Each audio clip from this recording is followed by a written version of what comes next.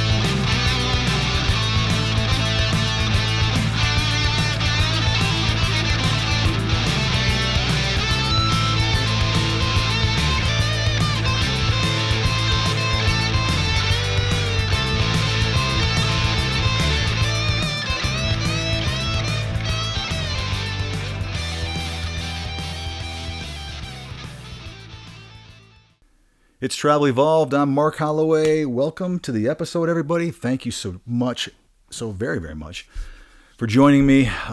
Man, it's a beautiful fall day.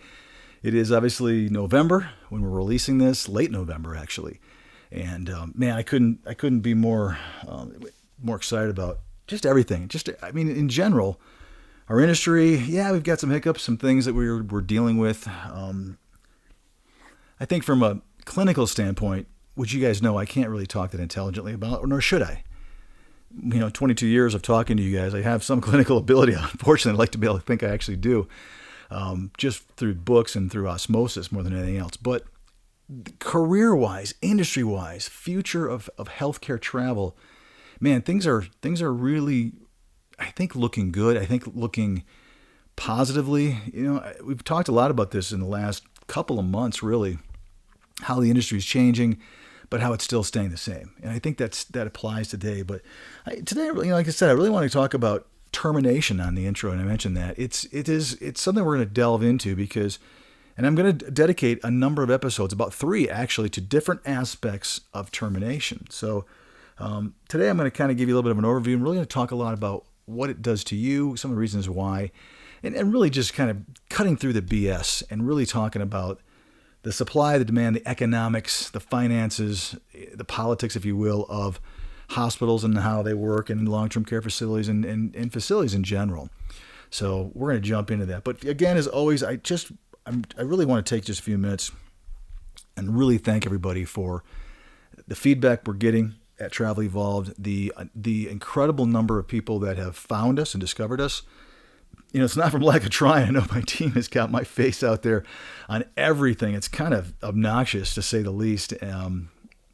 But it's how you get people to eventually start to listen to you. And I think having a couple of episodes, whether it be company margins or the pie or COVID mandates, all this stuff does start to get people talking, which is the whole point of why we do these episodes. It's getting people talking, and it's mostly hopefully giving you guys an experience that you haven't seen from this side of the triangle of trust, as I like to say.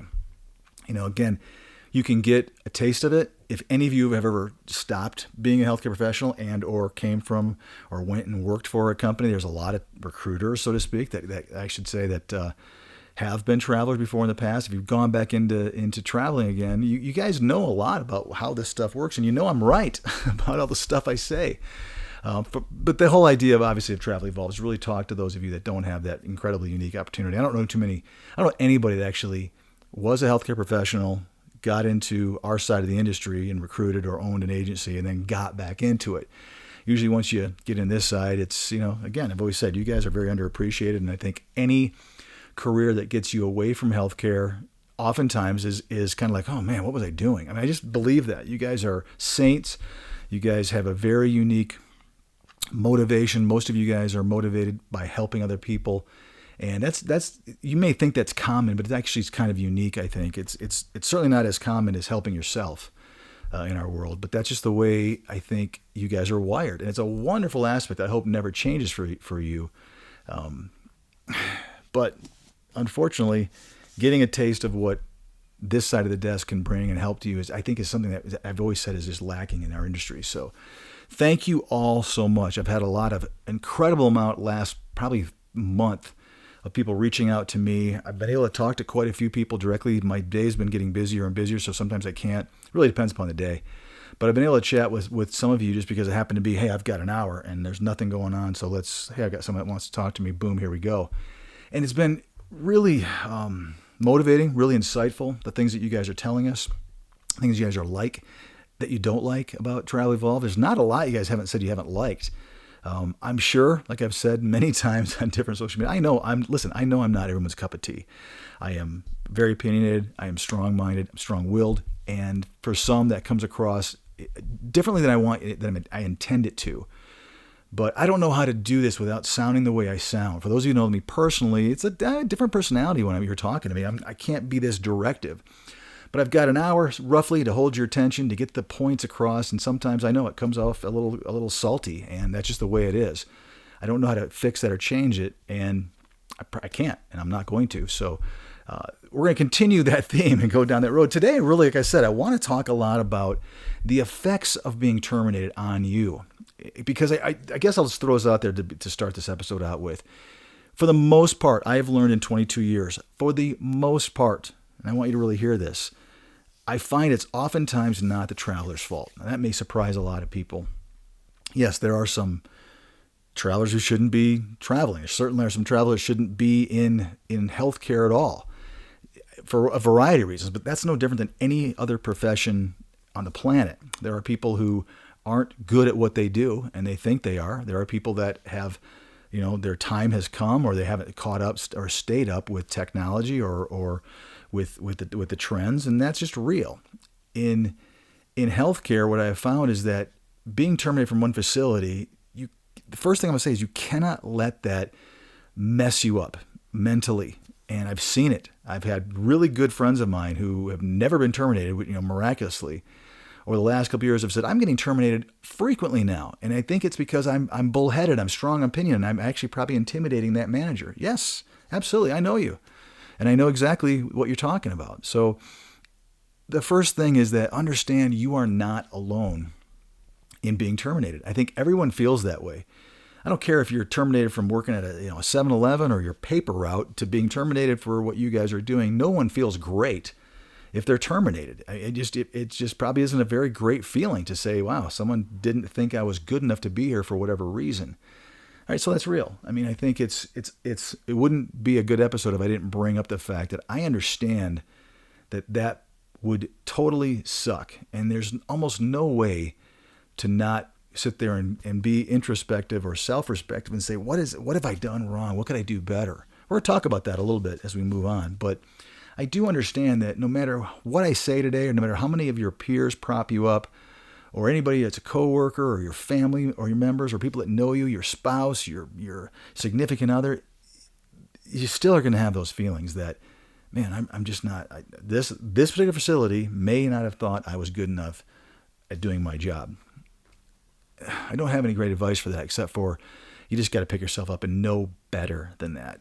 I think it's important, and I'm not trying to channel anybody. I'm just trying to say that I think you know who you are better than anybody else. Listen, I have been in some rough situations in my life. I think we all have. I'm not unique. And you can either let them kill you, you can sort of let them define you, and that's okay, as long as you don't let it destroy you. Every tough situation I've been in, every one of them, as I've risen from that destruction or whatever it was, I've been better. I don't think anyone cannot say that. I guess you could let things absolutely destroy you. But why would you? Why would you let a wonderful lesson, no matter how ridiculous the lesson is, and oftentimes when we're talking about termination, it is ridiculous, as I'll get into, but to let that pass you by and not take advantage of whatever it possibly could be that you could learn from that to make you better, a better person, a better human, a better, healthcare professional at your job, to me is a mistake. I believe heavily that we are given gifts all the time that we don't recognize, and we think they're all bad. All the gifts we receive are bad. There are some that are bad, but there's always something that can be learned or improved upon in your life by anything bad that happens to you. And I mean, I don't want to get any major examples, but there just is. I look at it as it's a gift. I've said this before. Bad situations, bad news, tough stuff that the world is handing you. Sorry, make sure I'm saying it right. The world is handing you at the current moment. It is really difficult to embrace it and say, thank you, world, for kicking my you-know-what. Thank you so very, very much for waking me up and making me realize that this is something I want to improve upon for the rest of the years I have on this planet. I want to do better, and this is actually a gift. Now, I'm getting a little bit deep on this one because we're just talking about a termination for a facility that may be terminated because of financial reasons, as we'll talk about.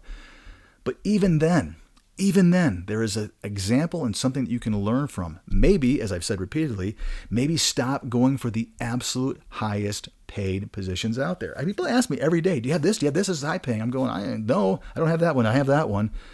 But I don't have that one. I'm kind of glad I don't because I wouldn't trust it. I don't trust those super crazy high paying assignments. You guys learn from that. Like exactly my point, and case in point here. For every person out there that keeps taking those high-paying assignments and keeps, getting terminated or having your assignment end because of census or because of cost or whatever the reason you're being given, start learning from that and say there's got to be a strong paying assignment. There's so much money to be made right now, and I've said before that you might actually be making more money and you might be getting taxed heavier on a couple of $100 more a week that you wouldn't get taxed on if you had a really great assignment. So just think about that. What is your tax bracket for this crazy dollar thing you're chasing that is going to be the first one canceled the moment that hospital has a chance to do that? You guys know hospitals are in to make money. They will figure out a way. Hopefully they're honest, like I've said, and just do whatever. But really good case in point. You've got to learn from every single aspect and every single avenue of being a traveler. That's why you do it. It's called the School of Hard Knocks. We call it a learning curve. No matter what, unfortunately, you do have to go through those. But if you can go through them faster and quicker and learn from them, that's what separates people that become really great at what they do and people that just become good at what they do. It's recognizing the trials and tribulations, if you will, of I always call it, the painful and necessary process. I've called it that for years, and everyone that's ever known me just rolled their eyes because I say it all the time. It's painful and it's necessary because it hurts, and it's important that it hurts because it makes you go, wow, I don't want to experience that again. So now I've got to have the motivation and train my brain to say, how do I avoid that pain? Well, by learning and by improving on stuff and making it better. All right, so let's talk about some reasons why what we're seeing right now. I mean, obviously, currently, I am still seeing incredible terminations due to low census. And here we are in November, and we're going to go into who knows how tough of when I say tough, I'm talking about weather-wise in our country, what the weather's going to bring. We have tough winters. We have some places where winters are harder than others in certain parts of the country. But overall, you can say, the winters are going to be either more severe in the north or are going to be shorter.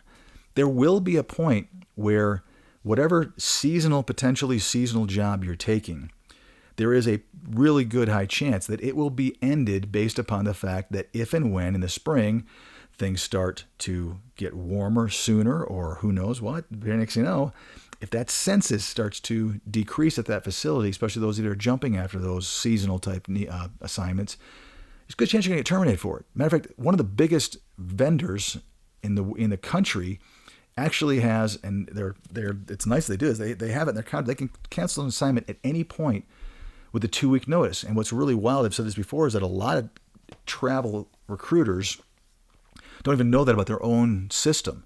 So they'll have you run off to Florida or Texas. Maybe I'm saying too much. I don't know. And sure enough, it's March. And you're thinking, oh, okay, I've got I just started back, maybe in the latter part of, the second week in February, and it's in the end of March, and I've got a good, 6, 7 weeks to go. And all of a sudden you get a notice that, hey, your assignment's ending in 2 weeks. Like I said, luckily this system actually does give you a 2 week notice, but you could be literally out of a job in 2 weeks because of the fact that you are the census is low. That's in my opinion, that is the best way to be told something like that. What I'm seeing and what you see oftentimes is, I don't know why they do this, but some vendors and some systems don't even tell you it's because of low census. They just tell you that we're just ending your assignment. Or worst case scenario, they will make up another reason if it doesn't have some kind of language in their contract, which I don't know why any facility wouldn't have that in their contract, because they have to be able to survive. They can't just commit to 13 weeks if there's no patients. You guys know this, right? So they'll back out. But the fact is that what I don't like is when people will make up an excuse and blame your clinical ability, your personality on a termination. And that's really what we're going to talk about today, is that does happen. And I don't for the life of me understand why that is. Maybe someone can explain that to me. Someone can reach out and tell me why it is that you feel that hospitals oftentimes, I'm not saying all the time, I don't even know what the percentage is. It just seems like a lot to me, that oftentimes you are personally being blamed for everything for the whole reason you're being terminated. And it's because of census, patient load, maybe procedures aren't there, and they don't have the guts just to say, hey, we don't have the patients. I need someone to explain this to me, because it's been like this for 22 years, and I've never understood why not just have the integrity to say, hey, we can't do this. We don't have the money because we can't sit there and have you come on board. I'm sorry. We goofed up. I goofed up as a manager, or whoever it is that is in staffing goofed up, and we hired you because we'd love you to come back next year and we'll do better next year. I don't know why that's not a better solution to the termination, but it's not. So it is, in fact, that oftentimes it's because you have clinical inability or because you're difficult to work with. Who knows what they actually have said. And I'm not just throwing this out there, you guys. I hear this, almost every couple of weeks, and I certainly hear it more often than not in different times of the year. But I really want to get back to the main point I was making, and I would say right now, what I am seeing is that it is based upon cost of you, hourly cost of you, the pie. The actual pie, which I've always said is the hourly bill rate in which we charge hospitals for you. And then we make our money and pay you in the whole 9 yards. Actually, we pay you and we keep the rest. I guess that's a better way of explaining it. Right now, this is a big deal because every little piece of the country, so to speak, has its own supply and demand going. Obviously, I am talking still about COVID. I'm talking about seasonality now coming into play. All of these things are generating. I see it right in front of me. I can see it right there on one of my computer screens all day long. New positions, the states that have the most positions, the states where they have fewer, they're dropping. We saw that in a couple of states that were paying really, really high this early fall. Just dropped like a bomb. $1,000, for my company, $1,000 a week in gross weekly. I'm like, whoa, what's going on there? Well, I got plenty of people. Who knows what it is? It could be the fact their census isn't increasing. It doesn't matter. But let me tell you something. Anybody who is working at that higher bill rate, which if a company's paying you $1,000 more a week, that's a significant increase on a 36-hour work week. That's basically, you're losing, who knows, 25, 30%, depending upon what the agency's margin is. Which means that the bill rate has dropped by that amount too. So for that to happen, what do you guys think is going to happen to any single person in those states and that facility that's doing that is looking to potentially extend? Do you think they're going to be the first ones called? No, they're going to be asked, hey, do you want to stay at this new rate? Which, for whatever reason, I oftentimes will hear that's offensive to a lot of you. I get it. No one likes to be told, hey, we want you, but we want you at a much cheaper rate. But I think you guys should look at it as real. It's not a personal thing. They do want you, but the going rate for an extension isn't less. And I think most travelers, their first reaction is, baloney, I'm not going to do that. No way, shape, or form would I stay here and make less money. If you look at it honestly, what if you were getting a really good deal the first time? And you probably were. Is that so wrong? Only you can answer that, and don't ever let a recruiter answer that for you, and don't ever let a recruiter put words in your head. Most of you who listen to me don't. But there is a viable clarity that says, wow, maybe this whole area, maybe this whole state, maybe this whole part of the country does in fact have a higher supply, a lesser demand. And the fact that they're wanting me to stay obviously means it's easier for them to then hiring somebody brand new that they don't know. Consider it. It might make sense to you, but only you guys know that, right? And that's what I've just preach forever, is that you guys are always in charge. I feel like most of you guys know. I mean, recruiters are salespeople, guys. They are geared at keeping you employed with their agency. And of course, they want you to work with them as their recruiter because they get to take home money every single week based upon you working for them, the hours potentially that you work, the margin that they were able to keep from you that went to the company that they were able to share. All those things are real. And so, of course, they're going to try to tell you to stay with them or to take an assignment that they have. The last thing they want you to do is go work for anybody different. So, but you know if staying there is truly, in fact, the best thing for you. It may be. What if going to work for another assignment is really, really difficult for you too? Who knows? It's hard to say. So just know all these things can cause census to fluctuate. And like I said, oftentimes you're going to be the one, if you're making one of those really crazy high paying positions, it's just inevitable, guys. And I see that mistake being made every day. Listen, I am not trying to tell you not to go after high paying jobs. On the contrary, I think you guys should go after high paying jobs. I think it's finally about time that travelers are making really solid money. That's why so many people are joining you. I just think you should be smart about it. I would absolutely never tell you to take a low paying job because you'd be the last one to get chopped. That's nuts.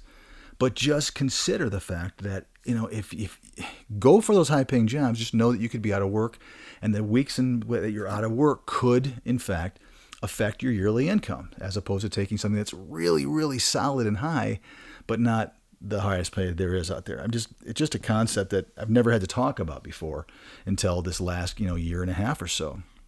But it's real, and I think it's something that I wish more travelers would think about, because every day I see this, or else I see that the other one I want to throw out there is the relatively inexperienced traveler. And I'm not talking about necessarily how many years you've been, or just traveling, how many years you've been traveling. But I see people that have maybe not been in a specialty for very long. Maybe they're new into that specialty, and that specialty happens to be one that's really, really high paying right now. So they're really putting all their eggs in that basket, and they keep not getting selected, and they're waiting, and it's like months, and they're still looking for the same job. I know, because they're reaching out to me, and they're saying, hey, what do you got? So it's, I want to go, maybe right now is not the time to be trying to go after your brand new position, because I know you want to make those really high bucks, but they need someone with 4 or 5 years experience, and you're 1.5 or 2 in that field are going to be a challenge for you. It is. There's no two ways around it. So I don't know. So be careful reaching out right now for that specialty that you've been kind of dabbling in because it's paying really well, unless you're willing to understand that you could have a harder next assignment search, and you could be the first one to also be terminated because you're trying to you have the less of the clinical ability in that specialty. You guys understand where I'm trying to go. I think if there's ever a time for people to be, I guess, very, very easy to work with, now is that time. It feels like no matter what, tension is high out there. Stress is high. And you would think that with shortage and potentially shortage getting worse right now, that managers and hospitals would be willing to look past certain personality traits or people that are difficult to work with, but it doesn't seem like it. I think things are so high tension-wise right now on different units, in different facilities, that it feels like to me, and maybe I'm wrong, again, I do tend to be wrong every so often, if not most often, that right now there seems to be a shorter fuse with a lot of people, and just you're gone because they just are so stressed out. I don't know. Maybe like I say, maybe I'm getting that completely backwards, but it doesn't seem like that's what I'm experiencing. The last year and a half, it feels almost like you have to be more careful, and you wouldn't think you would. And I'm not trying to say you guys would take advantage of somebody because things are tight and you could walk all over your unit or get your way, get your schedule, tell them you're not coming in. I mean, no one I know is doing that, but it does feel like you have to really walk a straight and narrow kind of path right now, because for whatever reason, maybe it's because there is so many candidates Maybe those positions that are paying really high, those systems that have a really, really high bill rate, maybe those are the ones that have a short fuse because there's so many candidates that are constantly trying to get in there for those high rates. I don't know. I can't speak from that intelligently because I'm not on that side of the coin. But it's pretty interesting to me. Who knows? Who knows? Getting back to how we started this episode, all of these reasons are all fine and dandy, but the bottom line is that this stuff can still, even though you know the underlying cause to your termination, it still has an effect. It can really throw you for a loop. Like I said before, I've had travelers reach out that have said, I've never been terminated. I've been terminated multiple times in the last couple of years. And we've talked about it. Yeah, well, you know why. Yeah, of course I know why. I get it. I know. It still bothers me at night when I'm struggling. It still makes me question in this case, the one I was just thinking of, my nursing ability. I've been, in this specialty for a long time. Am I getting older? No, stop. You got to have those kinds of conversations, but have them with yourself. Have good, constructive conversation with yourself. You guys know, what you're doing. I know you're burnout. Maybe what I just mentioned a few minutes ago with how crazy and stressful this is right now, maybe a break wouldn't be a bad idea. Maybe it'll help you. But understand, and I do know, this stuff can absolutely throw you for a loop. The first thing I would say was look at your history. I'm thinking of this one guy I was talking to early last week, about a week ago. And I said, okay, you just told me you've never been terminated before and you've been terminated a whole bunch of times or frequently in the last couple of years. I know. But her thing was she was confusing or there was a bit of doubt in her mind that it was in fact clinical ability, that age was creeping in and being able to keep up mentally and physically with the job, duties, more so than the atmosphere and what's going on in our country right now. And after talking, she said, at least, hopefully I believe her, that she knows, okay, it's not me. Look at your history. You guys, like I said, full well your ability. That's wonderful. That's one of the wonderful things about working with so many people in healthcare, as opposed to hiring salespeople who all, BS you left and right about their ability. Clinically, you guys don't want to be put in a situation that's over your head. That is a natural reaction. It'd be weird if you did. So what's wonderful is that you're not going to emphasize your abilities typically, but you just got to be super careful by minimizing how much you do in fact know and how good of a healthcare professional you really are. So just look at your own history, look at the facility and the reputation of that facility too. Take that into play. Were you warned about this facility before you went there? Did anyone say, man, this place is a nightmare? I mean, that's what I hear all the time. Or someone will say, I love the pay rate and that assignment, but thanks, but no thanks. Okay, right. So look at that. If it's a bad facility, it's a bad facility. If it's in a mess, maybe it's a great facility, but it is struggling right now because of how stressed that community is. Give them a break and say, you know what? It's not me. It's not maybe even them. It's just the situation. And I'm not going to look at it personally and say, I can't do this anymore. Right? Like I said a few seconds ago, and when I was saying that out loud, I'm not slipping, basically. Are you? That's the last thing I would say is have a healthy look at yourself on that one. Yes, it's real. Listen, every one of us is getting older. I mean, I see it every day when I shave. I'm like, holy cow, who's that guy looking back at me? It just is what it is. So like I said a few seconds ago, it is wonderful that so many of you have a very realistic understanding of your ability. I don't see a lot of, God complex type people out there that think they're better than what they are. I worry about the other, like I said, where people are beating themselves up too much. But do have a healthy appreciation. I have seen people that have been in a high capacity unit move into something that is less, has less speed to it. I've seen ER nurses move out of ER. I've seen OR nurses move into PACU. Not that it's less of anything, just a different type of atmosphere, different speed. I've seen med-surg nurses that just like, man, this is way too many people. I'm going to go specialize in telemetry or in endoscopy or do something different because I can't keep up with this pace. There are certain, facilities that your imaging department is just crazy, and the amount of patients you're going to be scanning and seeing daily, there might be something that you can look at that might be a little bit of a slower pace, whether it is in fact a different specialty, a shift in your specialty, or a complete change of pace from maybe from a higher volume level 1 type of situation to something that's has much less acuity to it. Let's just call it like it is. Be aware of that. Be aware of your individual speed. Be aware of your energy level. And we've had episodes, we've talked about keeping your energy level up. There are things you can do, but also look at your own, boy, I do that once or twice every episode. Look at your own motivation. And this is where I will say that having an understanding for termination has a lot to do with I did an episode on being burned out. This is where I do believe, once again, that taking some breaks, if you've made some good money, I understand the last thing you want to do is take your foot off that financial bank and that throttle. That's natural. But man, you got to enjoy a little bit. Go take a couple weeks. Go someplace, that just where you can recharge your batteries, no matter if that's home, someplace by yourself, someplace with a bunch of friends, whatever you have to do. There is nothing wrong with that. Take a look at this opportunity. Again, going back to what I said at the very beginning of this episode, this could be a gift that you really needed to not be working right now. So you could, in fact, get your head on straight. That you could, in fact, get your energy level up and your motivation back. I mean, it's hard not to, I get. It is one of the things I will say is, as I just mentioned, you guys just can't take this stuff personally. This is a business. I did an episode, I think one of the first ones, where we talked about creating a business mindset. Part of that episode, part of understanding that is that you are in a business. You are a cog. All of us are. You're a cog in a financial machine, and that is, in fact, healthcare in the U.S. It is a financial giant. You guys know this.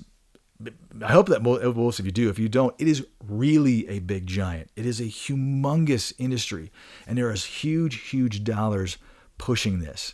So know that you've got to create that business mindset. Understand that sometimes this is, in fact, just business. It is just business because they need to have more patients in there. They need to have something.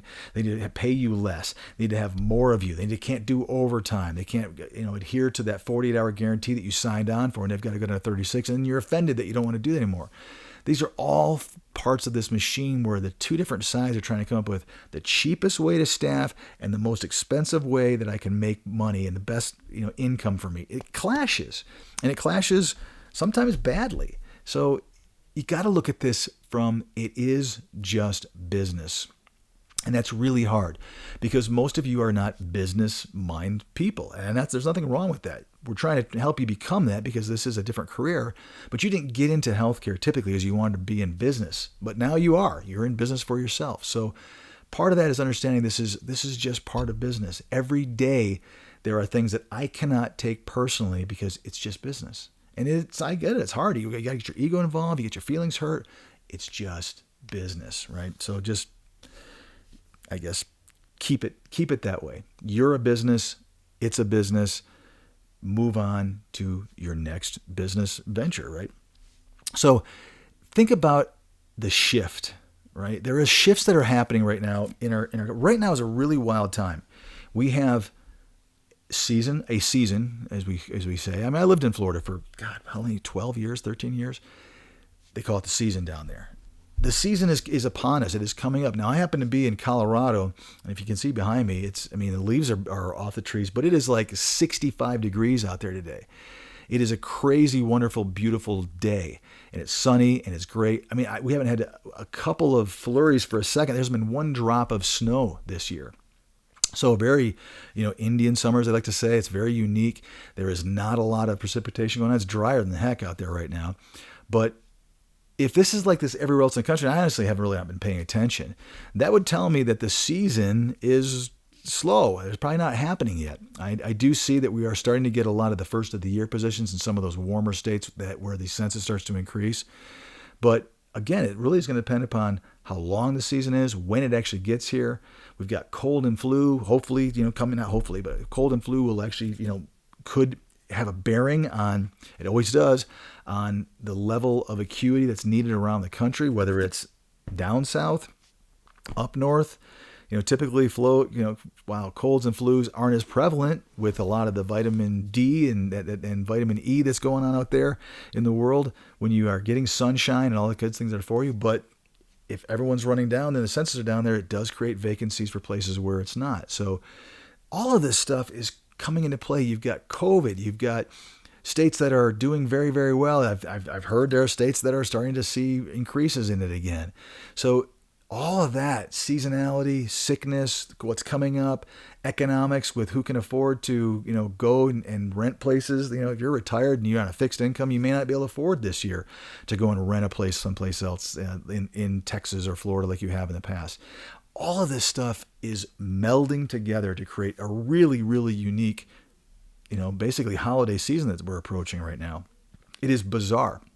I don't know if I've seen anything like this in a while. It is all over the place. There is no consistency. There is no rhyme or reason to a lot of stuff, except for, as I've always will tell you, it always still goes back to supply and demand. And there's no difference in what's happening out there today. It's just that there are little tiny supplies and demands all over the place, oftentimes in the same city, let alone the same state or region of the country. It's amazing. It's amazing. So what I'm getting with this is that things are shifting.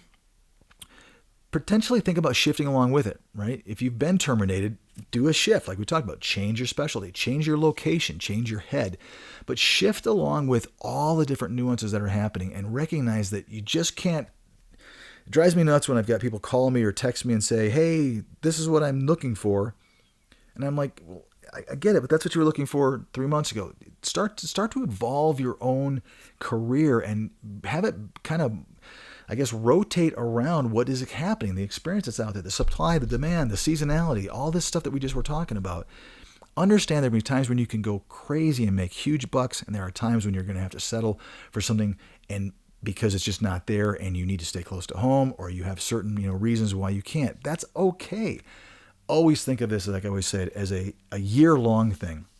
This is a year-long income. You're about to be done with this year, so hopefully you'll start the new year out and look at it for the next 12 months as to what that yearly income and what you want to make and how you're going to go ahead and do that. And it helps you make decisions and just treat it like the shift that's happening all over the place right now. And there's a lot of different things that are shifting currently in our healthcare world for sure. So like I said earlier, I want to touch on this again. Learn from everything. If there is something that you can and could have done better to not have been terminated. This is not an episode about, reasons why or how to prepare yourself for not being terminated. I'll have that episode coming up. But if there is, I'm just trying to ask you guys to learn from something. If it was, in fact, because you took a high-paying assignment, if it was because you took an assignment with a hospital that had a really bad reputation, if it was because you actually went out there and you were trying and continue to work under a specialty or a field that is less than familiar to you because you want to chase the dollars, whatever that was it your attitude? Was it anything? Again, this is not an episode about the blame game. But it should be an episode about what could you take from this. Every single time that you have been terminated or you have been asked to not fulfill the rest of your contract, we should say it like it is. There should be something that you should learn from that, or you can learn from that. Tough lesson or easy lesson. But this is how you evolve your game. You start getting to be better and better and better, because next year, when you're getting to the early part of fall, remember what happened to you this year, if in fact you were, and figure out, how do I do better this time without having to put myself in that situation? I mean, last time I looked, being terminated typically is not always a good thing. Sometimes it may be a blessing in disguise, like we've said. But for the most part, it means you're out of work, you got to start all over again. Maybe you're not prepared for that. And it's that internal feeling that I'm trying to talk about today that really just stinks, because you feel like you let the facility down, your marriage down, and usually you feel like you let yourself down more than anything else. So try to learn what you can, see what you can learn from any situation. That's my best advice today. And it's hard. Typically, the more difficult the situation that you're going through, the more difficult it is to see the lesson that's being handed to you. We could talk about relationships. Half the country gets divorced, right? Half the country doesn't make it in a marriage at some point. That's a tough one. For those of you that have been divorced, it is really, really difficult to not blame yourself. So what we're talking about here is not different from that. There's something to be learned in every aspect of life. And without getting too philosophical, I'm just trying to say, look for the gift through all the muck and mire of whatever it is that you're feeling about being terminated. And I would say not about being terminated with any aspect of your life. There is always something that you could say, all right, this sucks, but boy, this is something I'm going to do better next time with. So, all right, I want to switch gears a little bit and kind of end this episode by talking a little bit about the temperature that's out there. I already kind of did. We mentioned holidays. Holidays are coming up. I did an episode early on, purposefully in order to handle and address holidays and holiday pay, be careful. Make sure you guys are working for companies that are paying you properly for holidays. It's a unique pay situation. Now this year, we've got Thanksgiving coming on a Thursday. We've got both Christmas and New Year's are on Saturdays, which means that's the end of the week, which means Christmas Eve and New Year's Eve is on a Friday. So it's interesting that for many of you, you guys might already be in a situation where you've had your 36 hours and you're being asked to stick around and work overtime and holidays. So find out what the rules are from from your agency about holiday and overtime. Do you get paid double time? What is the rule? And I've always said communication is key. So understanding what the rules are means less surprises, and less surprises are good things in our industry. So understand how that's going to work. Understand what your rates are. Understand what holidays, in fact, and how that clock works. Do you literally get paid on Christmas Eve from midnight to midnight, or is it during your shift? Do you get the whole shift, or just for the clock in, clock out part? These are, again, things you guys need to know about. I'm telling most of you the stuff you guys do, in fact, already know. Understand where the needs are in the country. As for those of you that I'm talking to that are looking at getting an assignment here at the first of the year, and then maybe have taken the time off or you're about ready to start looking, really assess the current situation and needs. Look at where you're willing to go and how far you're willing to go and for what dollars. And understand that should be your driving force. Where are the needs in the country? Where do I want to go? What kind of money do I want to make? If you're living in a part of a country that is not experiencing increases in census and the pay rates are stagnant or decent or low, then that's what it is. Don't blame your agency or don't blame whoever. Go find a higher paying position elsewhere. It might mean you have to travel somewhere else. Or if you're uncomfortable going into some cold climates, you may have to go and do that. You guys might actually have to freeze a little bit to make some big bucks this year. Only time will tell. But it's always about supply and demand, as I've always said. And this is no different. This episode about, I guess, the effects of being terminated have a lot to do with supply and demand and why you were being terminated. And just look at it as if it's a business. Look at who you are. You guys know your strengths. If it's time to do something different and it's time to take something that's a little bit less pressure and a little bit less acuity, great, fine. Perfect example that you learned something from that. It's a great situation. If it's not, recognize it for what it is and know that you are still the traveler. You're still the healthcare professional you've always been. As a matter of fact, you're getting better and better every day because you know more. And I think that's the best leave I can have you with this one. Guys, as always, I appreciate this. Hope this one made sense. Like I say, it's something we need to talk about. No one likes to talk about terminations, especially from my side of the industry, because they pretend like it just doesn't happen. You're never going to get terminated. Baloney. Happens all the time. And anybody who's thinking about traveling know that it happens all the time. It just does. It's part of this whole cycle. And you guys, I guess in agencies a little bit, but I mean, no one wins when someone's terminated, typically. The hospital's looking for a person, you're looking for a job, the agency's looking for revenue. It's no one wins in this scenario, but it's part of the industry. It's part of the business. And I don't know if it'll ever change. It won't be. So keep your chin up, learn from your mistakes. If you're already not from your mistakes, I shouldn't have said it that way. Learn from what happened to you. Look for those gifts that you've been given on the tough situations in life. And I will catch you guys next week on Travel Evolved.